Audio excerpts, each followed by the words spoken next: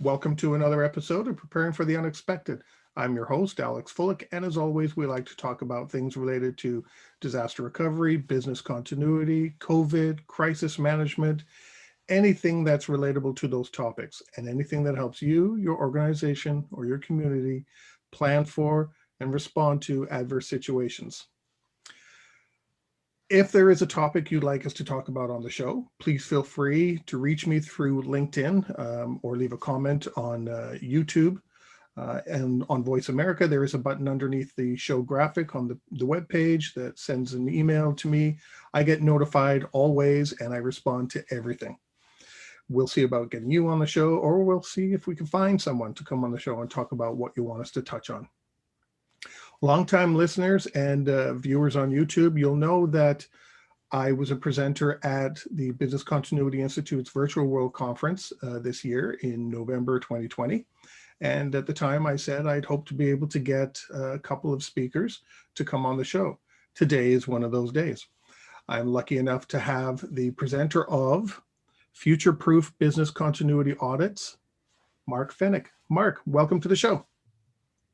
Hi, I am an auditor and a consultant by profession, and I was also speaking at the BCI World Conference in November with the title Alex mentioned, and I've also been a speaker at Eurocex 2020. That's the ISACA flagship IT auditing conference, the European conference, and I've spent a number of years recently in IT auditing, and before that I was a business continuity manager for about 8 years. And even before that, I have a technical background. I was into programming, networks, and I am coming from the IT side of auditing. If it is IT auditing, that is my side. Back to you, Alex. Well, it's good to have someone to come on and talk about auditing who's got the background in the industry they're actually auditing. So, I've run into experiences where I'm being audited by somebody who has actually no idea what I'm doing. So obviously today, audit, sometimes it's considered a bad word, by many people. I don't think it's so bad myself, but can you clarify for us, what is audit? What is it really meant to do? Yes, we'll clarify the bad word you mentioned first. I think that depends on the approach, but I'll come back to that in a minute. Auditing, let me start with the what is auditing question. Auditing, I see that as a three-party relationship.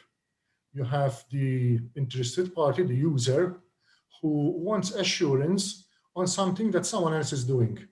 That someone else we normally refer to as the accountable party. So you might have board of directors who want assurance on what management is doing. And the third party is, of course, the auditor. That's where the auditor comes in and how an audit takes place. It could be a regulator who wants assurance or wants a clarification on some organization. And again, you have two parties there, the regulator and the organization, and you might have the third party, the auditor, who comes in to provide assurance on how something is done. Now, back to the question where you mentioned that audit might be seen as sometimes something bad. I do not see that to be at least correct from my perspective. Of course, I'm an auditor and I am biased there. There was another, I'm copying this from another speaker. He said there are three universal lies. The second one is, I'm an auditor, I'm here to help you. The third lie is, I'm a manager here, I'm in control. So it goes both on management and on auditors. That's a little bit on the lighter side of things. However, I think the first lie, if I have to mention it, it's the check is in the post. My perception or my views on why people see auditing as a bad thing is all about the way the auditor approaches an assignment. Unfortunately, I've known other auditors, for example, who exaggerate risks so that they can then negotiate downwards and get their point through, which that tarnishes their reputation. Normally, if you're doing an audit, you have clear benchmarks, clear objectives. We're auditing against a standard, against a regulation or some other kind of benchmark, a framework. If you're auditing against that, you have it black and white. It's a scientific, not an opinion, almost not an opinion anymore. It's a scientific thing that you have. The standard says this, but management is doing this or not doing this.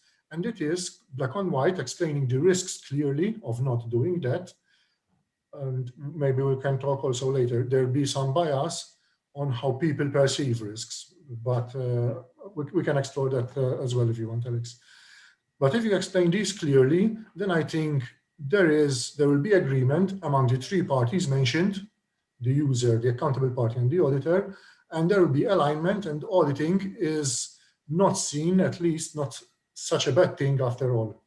And an auditor can actually highlight risks. He's giving an outsider's opinion that an area is healthy or needs some kind of improvement. It's interesting. You touched on the point of an auditor sometimes the difference, auditing against standard. So you have a set, this is I need validation or some sort of proof that you meet these list of criteria, with audits that sometimes just come along with their own perceptions.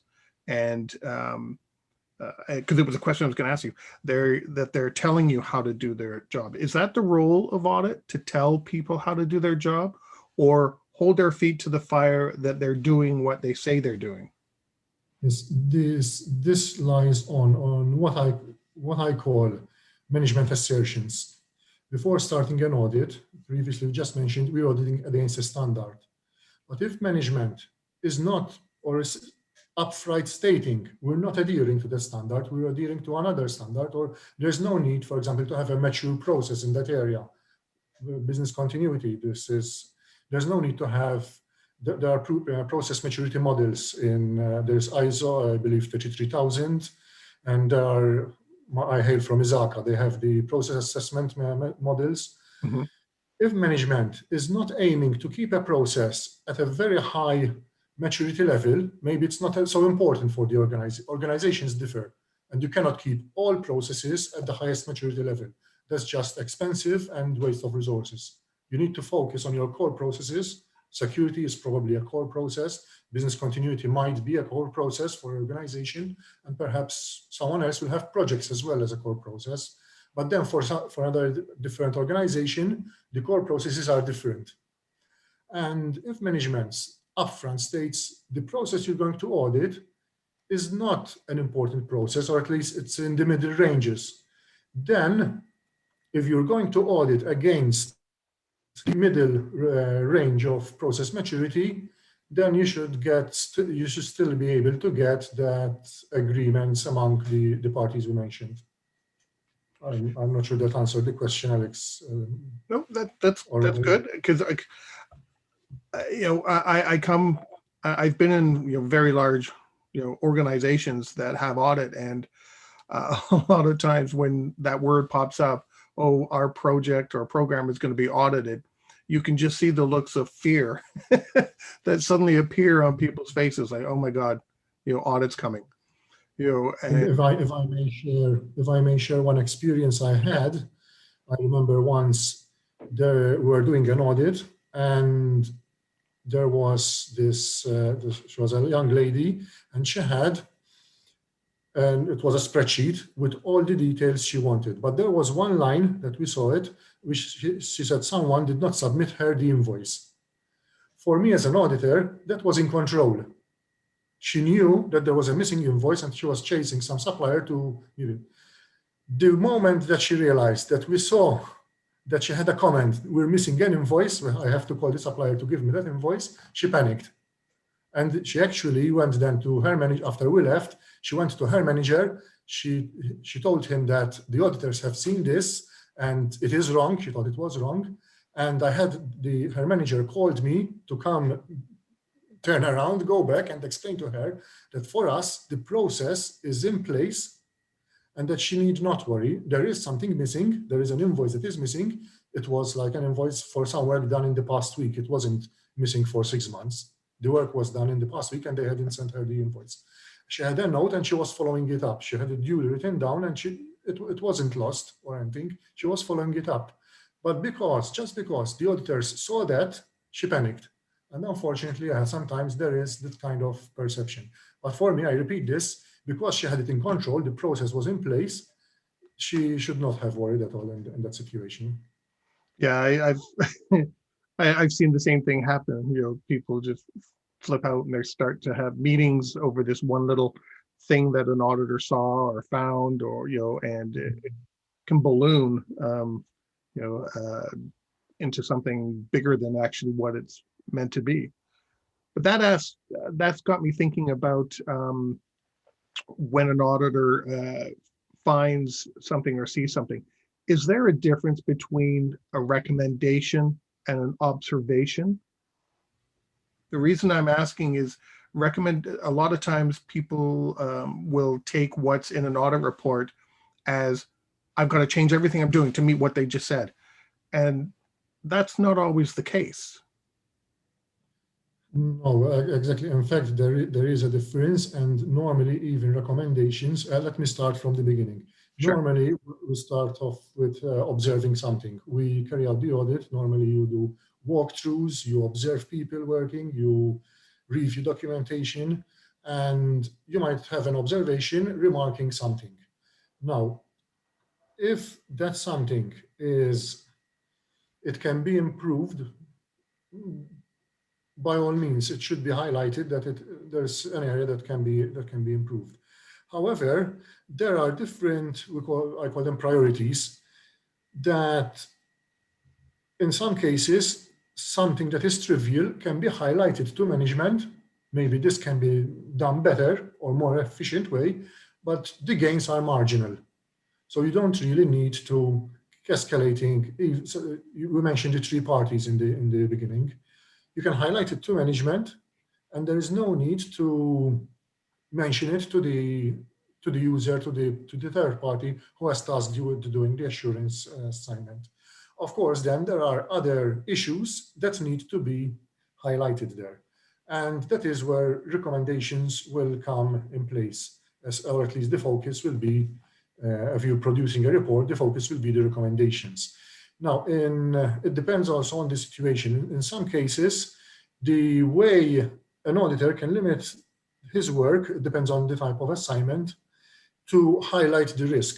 If someone is not doing something, we're talking business continuity, if someone is not building the solutions of business continuity and a proper BIA, for example, that is a major issue, because there might be hidden risks there that one needs to bring to the surface.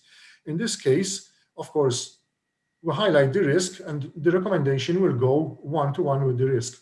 But it is not ultimately even up to management to agree, at least with the recommendation, and sometimes management even might come up with a better solution. As an auditor, I would say, I would recommend that you build your business solution, continuity solutions on the BIA. But, or I might say, carry out a BIA in the first place. But management might say, listen, we've done something similar and we can use that. And it might be even more efficient in that regard. Does that also map back to what you mentioned earlier about, if you're being audited against a standard, for example, that you have to, if you are auditing against standard, you've got to point out and identify the gaps. Section 2.1 of this standard says to do XYZ, and we can't find any evidence of that in your organization. So, either there's an audit ticket or whatever you call it, an observation that we can't find it, or, is there an alternate process? How do you address that then? Yes, and normally in that case, if it is missing, then one needs to assess the risk, how high it is, because sometimes if the standard says you need to document something, perhaps it is there, people are following the process, but it is not formally, a document is not formally approved. And you get the feeling that People know that whatever document is in that area, in a particular area, for example, it is the one to complete, but there are no sign-offs, for example, and everyone is following. When you do then substantive testing, you get deeper, you realize that it is true that first you get the feeling that everyone is following the document. Then, of course, you do the tests to confirm that. And you realize that it is true that people are following that document. In that case, of course, the process is not perhaps very mature, it's a little bit less mature, but nonetheless, you highlight the risk, you highlight that gap, depending on the severity of the risk that the gap gives rise to. I have a question regarding third-party applications. A lot of business continuity professionals and organizations, they use different software that's out there, from different vendors. How do you go about auditing that information? Because it's different if I'm using a third-party application for my BIAs and BCPs than having a Word document or spreadsheets, which are easier to look at. Is there a difference in approach in that? Yes, if you want to audit a system, it depends on, again, the objectives that you want to assurance on. In this case, most probably, as an IT auditor, I'll start looking at there are what I call the information criteria, and derived from ISACA, the information enablers. Nowadays, they call them the information goals. And some of these objectives, for example, will be that your BIA, you must protect that from unauthorized disclosure. So in a way, it's having the BIA documents, perhaps organization secrets, if I may use that word, inside a system. It's probably going to be much better controlled than Word documents, which can go emailed and running around, laying around for unauthorized eyes to see. And that is the objective of confidentiality. So it changes from, if you're going to audit from that information perspective, security has confidentiality, preserving the integrity of data, and being available to whoever needs it. Those are the triad for information security. If we're going to audit a system, the information on this system, the focus being on the information, and the information on a Word document, it wouldn't really change anything in terms of objectives. Of course, it will change the approach, because then the way you audit access rights will be different. The way you audit how people make changes, how to track changes to some, if it's a Word document, it's one way. If it's a change within the system, it's being done in a different manner. So it does change the approach. You also have then other goals for information, which, for example, relates to accuracy, to information being complete, which in that case, I don't believe, at least right now, I don't believe it changes much, because that depends on whoever is providing the input. So you can have the most secure system, but if you give the key to someone who can input the wrong data, he can input the wrong data, and that's it. So accuracy of data will be lost. So that is the way that changes from a Word document. I wouldn't say it changes much. Which one do you prefer? Auditing Word documents or applications? I would prefer a system that's controlled Okay. with logging, and you can know who made changes and access rights. It's much better. Yeah, you could, usually it's all traceable, much easily traceable. Oh, here's the date and time and the stamps that go with it and verification codes and everything. Oh, great, here we go. Yeah. Now, at your presentation, you for how do I put this? You kind of told stories, about building the need to make audit work. Can you kind of give us one of those stories, and walk us through some of that? Yes, the analogy I started with to put this concept into perspective for the audience was that I compare the need to make our work persist more over time, meaning that if I have 1 hour's worth of work, I need to invest it wisely. And to make that, the effort put in that 1 hour, persist more over time, I use the analogy of helping a child build a tower. And there is the saying that as parents, it's not what we do for our children, but what we teach them to do for themselves. So if a child is building a tower, you can always be there. It's going to topple to the left, you put in some building blocks, you fix it, then it's going to topple to the right, you need to be there again, and you need to be always there. All right. As parents, you will want to be there for your children, but this is about teaching them how to do and how to solve problems on their own. So the different approach is, rather than helping the child build the tower all the time, every time she's building a tower, you teach the child what kind of building blocks to use. Start off from a wider base and it narrows towards the top. You teach the techniques to this child so that then they can build all the towers they want. And you step back and watch the child work on her own.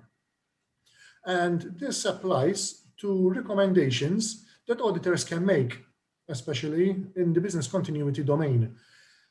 So sometimes it's not necessarily an audit. It could be there is an incident, for example, in an organization, and there is a post-mortem, and an auditor is asked to provide an opinion on a specific incident. And the one can go about, let's keep this simple and say, all right, in this case, there should have been a second server, which was not there.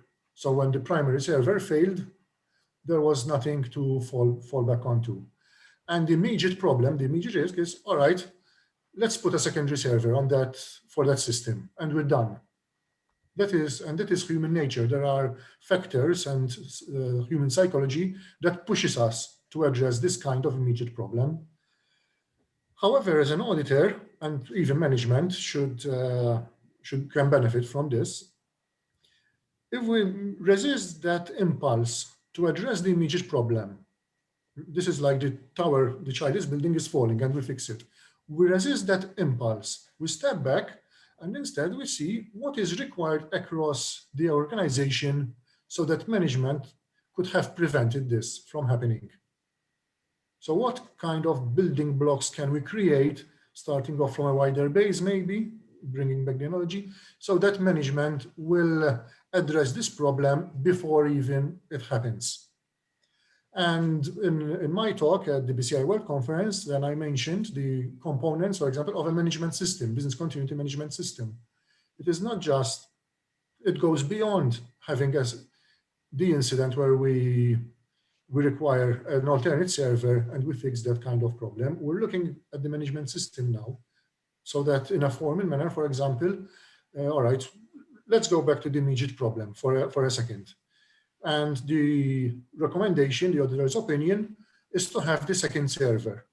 But then one might realize, all right, that's the application server. We now have a database server that's also, it's a single point of failure because it does not have a secondary equipment, secondary alternatives. Or there could be the network link as well.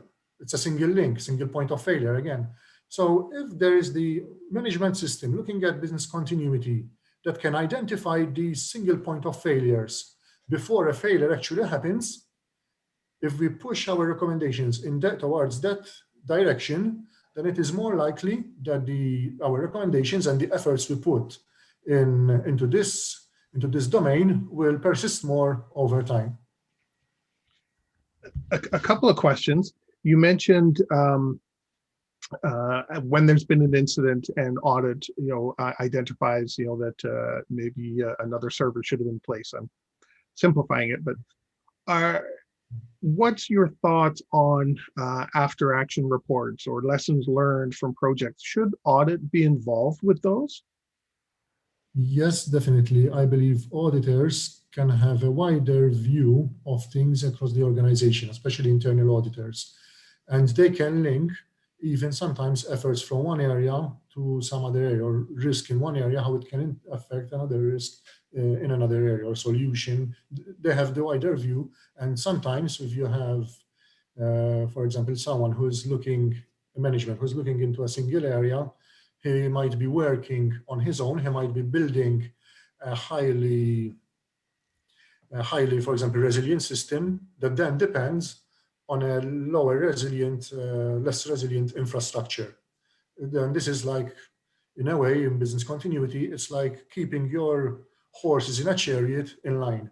If you have a process or you have an organization where you have different areas pushing business continuity to different maturity, that will lead to inconsistencies. Mhm. So it's better to have someone who have a wider view. Now, I may be giving too much merit to auditors here because I mentioned that auditor will have the wider view.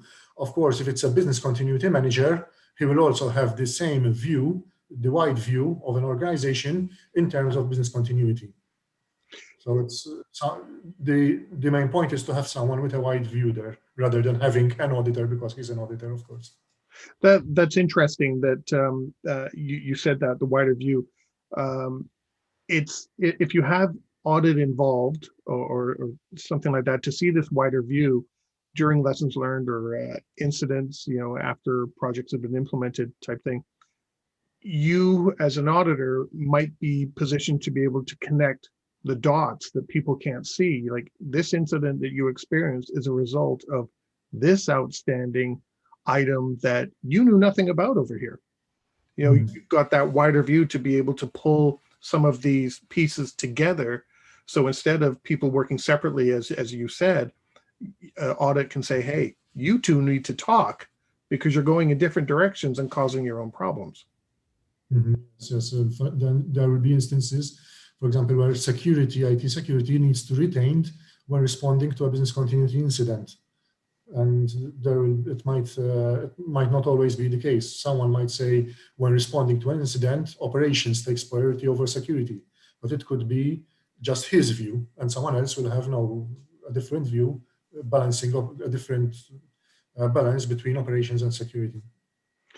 You also mentioned you were talking about processes and IT. Is there a different audit for IT versus business processes, or are they linked? The same approach, just done a little bit differently. The ISO 33000, it's a generic standard and can be adopted for IT processes. However, definitely when you get into the details, it will be different. Especially if I may give some examples, the IT processes will connect and will support business processes. But furthermore, there will be then IT processes that affect other IT processes. Just if I may mention one example, for example, if there is a change management process within an organization, it's not about organizational change. This is changing IT configuration. For example, you want to add the firewall rule. How does it get, who can request such a thing? Can a user request, a common user request someone to open a port on a firewall, or must it be a specific department from within IT who raises this kind of request in response perhaps to some other project that they're working on? Who can approve it? Who can then implement it? There will be these change management process to change a configuration item in the IT infrastructure.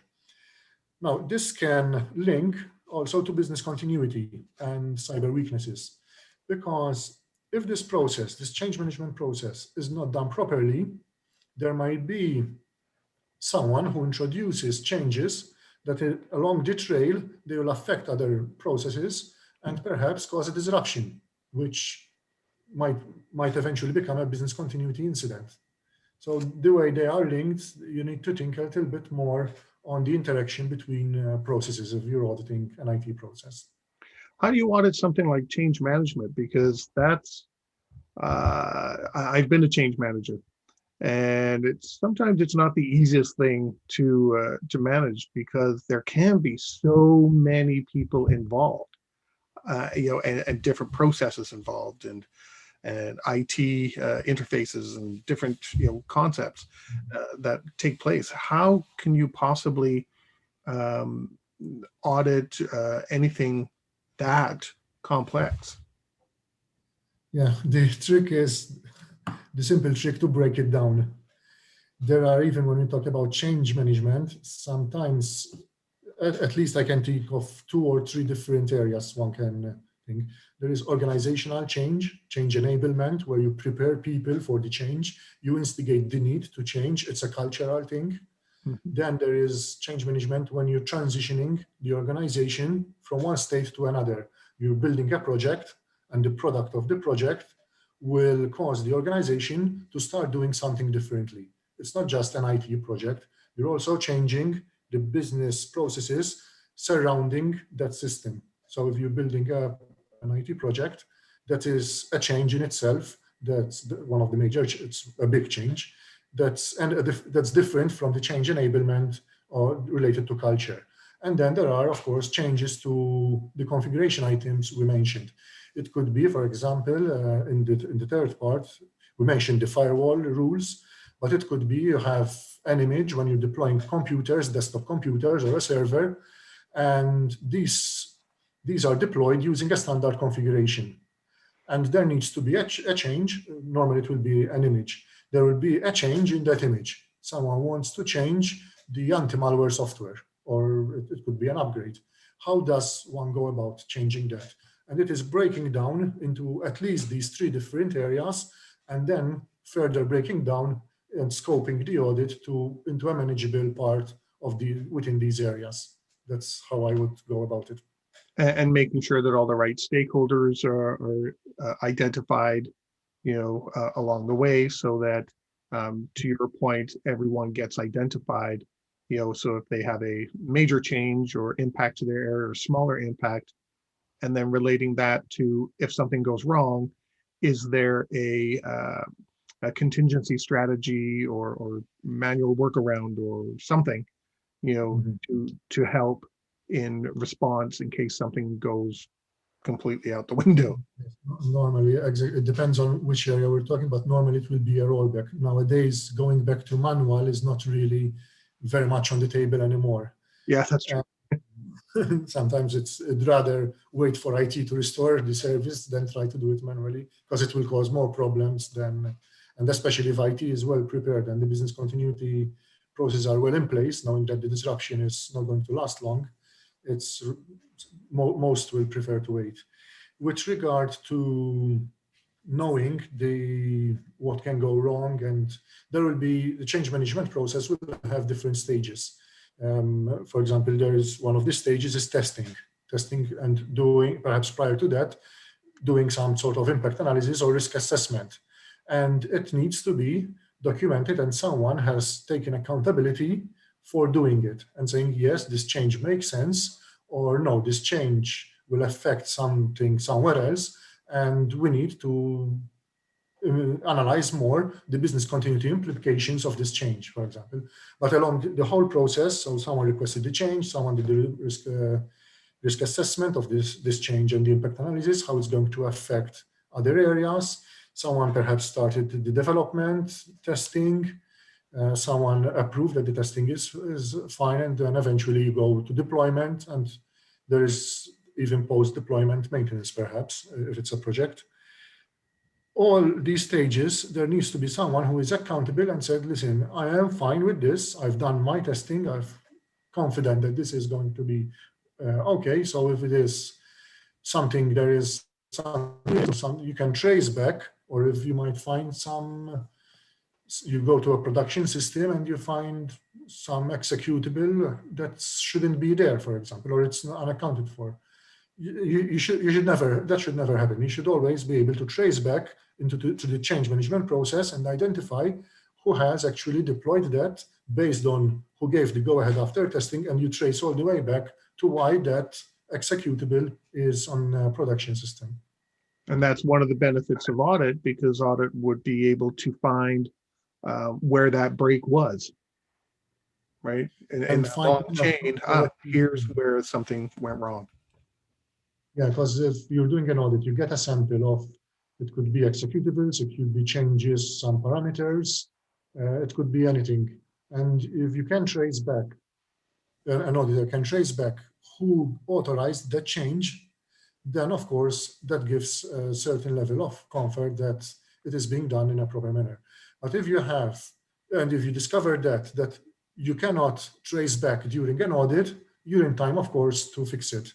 But if there is a cyber breach, and you discover that during a cyber breach that there are half a dozen changes that cannot be traced back, you wouldn't know then which are the changes done by the malicious attacker or which were done with good intent but were not documented in the change management process. And that's why an auditor should identify these before a cyber breach, for example, occurs. Well, that never happens. Changes made where it's not documented. That never happens. Obviously, I'm being sarcastic. I see it a lot. Yes. And it depends also, one needs to identify what changes at least should be documented, because if you're going to change access rights for a user, do you need to trace all the way for that, or it's something trivial? It depends on what organization we're talking about as well. But at the very minimum, it should be a decision. We want to have these type of changes go through a change management process, but these kind of changes are not important to us. We don't need to go through, but at least someone made a decision. It's not just because we've always done it that way. Lots of great information, Mark. I hope people are really paying attention to how audit can help them. In this last little bit, I'd like to ask, how can we prepare for an audit, especially the business continuity profession? How do we prepare for an audit? If we know we're going to get audited, what kind of things should we do in our daily jobs, and our roles, so that when we do get audited, we are proactively prepared rather than always responding? Yeah, my short answer to that is that embed good practices within your daily procedures so that you don't have to prepare for the audit. This, if I may elaborate on this a little bit more, I would say all this will start from having clearly defined objectives. Of course, business continuity objectives are to manage disruptions in the proper manner. Now, it could have such an objective can have sub-objectives, of course. For example, let's stick to a business continuity standard or good practice guidelines that of the BCI. And one can then look at what risks are we experiencing, not business continuity risks now, what risks are we experiencing that can hinder us from following the good practice guidelines. Lack of staff, lack of, or not the right attitude, not the right culture, the policies are not well polished. What is hindering us from achieving our objectives or our sub-objectives? So it's not necessarily, I'm not talking about business continuity objectives. I'm talking about following the objective to follow the good practice guidelines and what risks are hindering us from achieving that. And then the next steps of objectives and their risks that hinder us from achieving those objectives. And then there will be what auditors will call controls. Management might call, what are we doing to manage those risks? Might not necessarily be using the term controls. So we mentioned lack of staff, lack of skills, perhaps. What are we doing to address that problem? We might have, this is our organizational chart at the moment, this is what we want, and we are going to recruit more people, or we're going to engage external consultants. And management will start working towards closing those gaps before an auditor highlights them. And if you do this day in, day out, year after year, of course, eventually the gaps will be reduced to pretty much at zero. And of course, there's no need then for you. We were talking during the intermission that you had 0 tickets in your audits, Alex. The result will be then that you don't really need to prepare for that audit because the gaps have been addressed, and the auditor will find that you're following, or at least the direction you are taking is the right direction to properly manage the risks within that domain. How, if I know I'm getting audited, what kind of information do I need to provide? Do I need to provide a BCP? Do I need to provide evidence of a meeting? Minutes? I think some of that information is what some people, freak out over, like, oh my God, I got to find all this information. So what kind of information do you actually look for? And what kind of things should I make sure I'm doing? Yes, there is the saying that we say, "Don't tell me, show me," Yes. and exactly what we're looking after. Now, if we are going to audit, let's say we're going to audit against the good practice guidelines, which have the cycle, the policies, the culture, and then there is the technical practices, the four technical practices for business continuity. If we're going to audit against that, we'll need evidence that these stages have been gone through, have been done, duly done, and of course documented at all stages. Now, some might say, we've done them, but why do we need documentation? Documentation is not just for the auditor. Documentation for me represents agreements among the stakeholders. You don't want to be in a crisis situation. Everyone agreed that if this happens, we're going to go north. This is the solution we're going to pursue.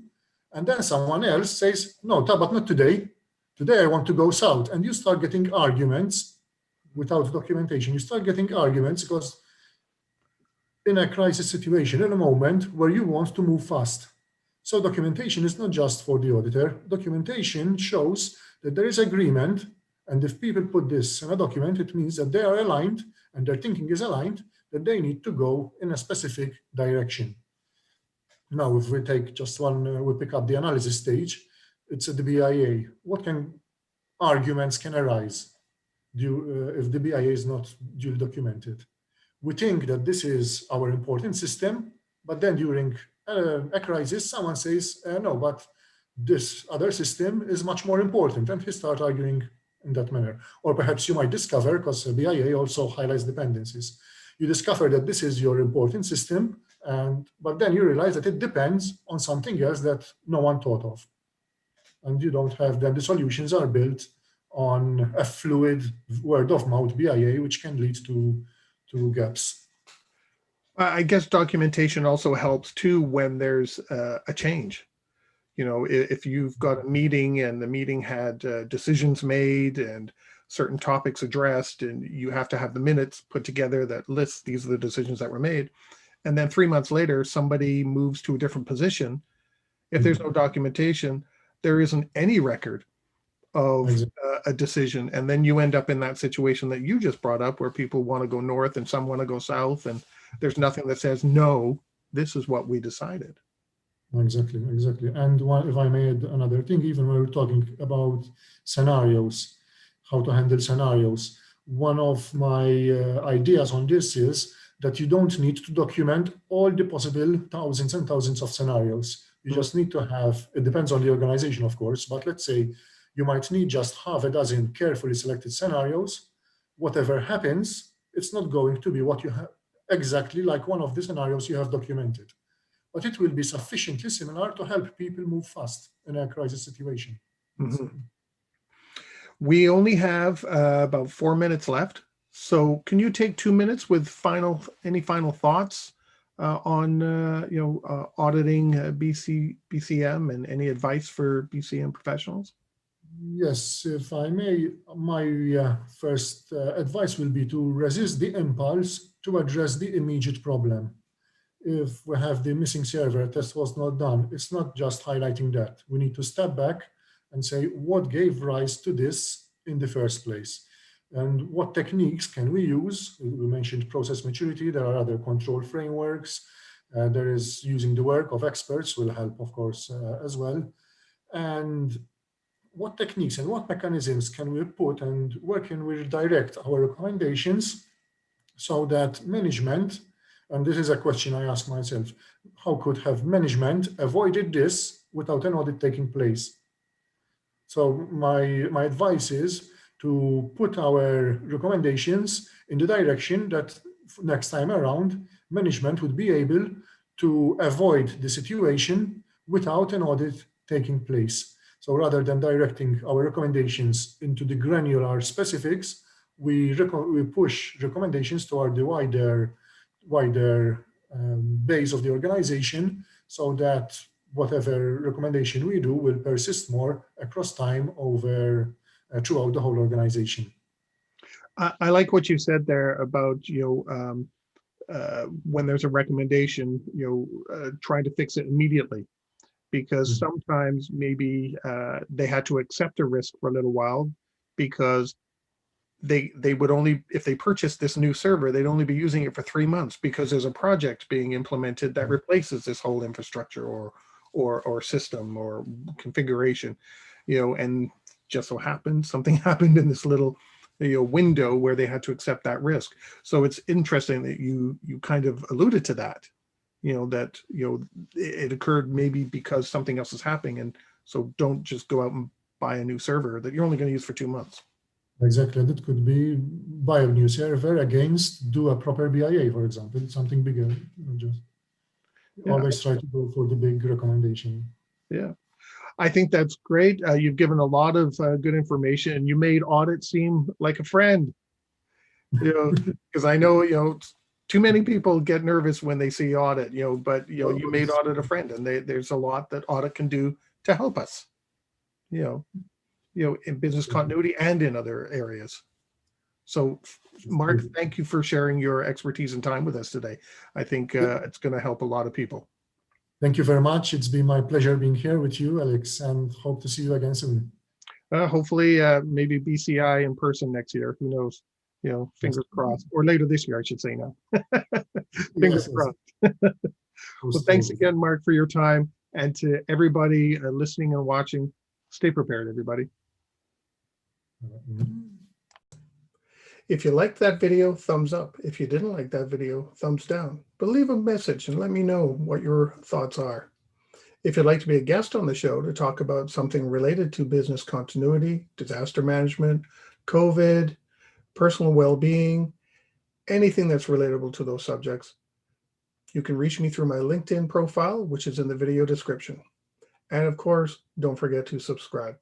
In the meantime, stay prepared, everybody.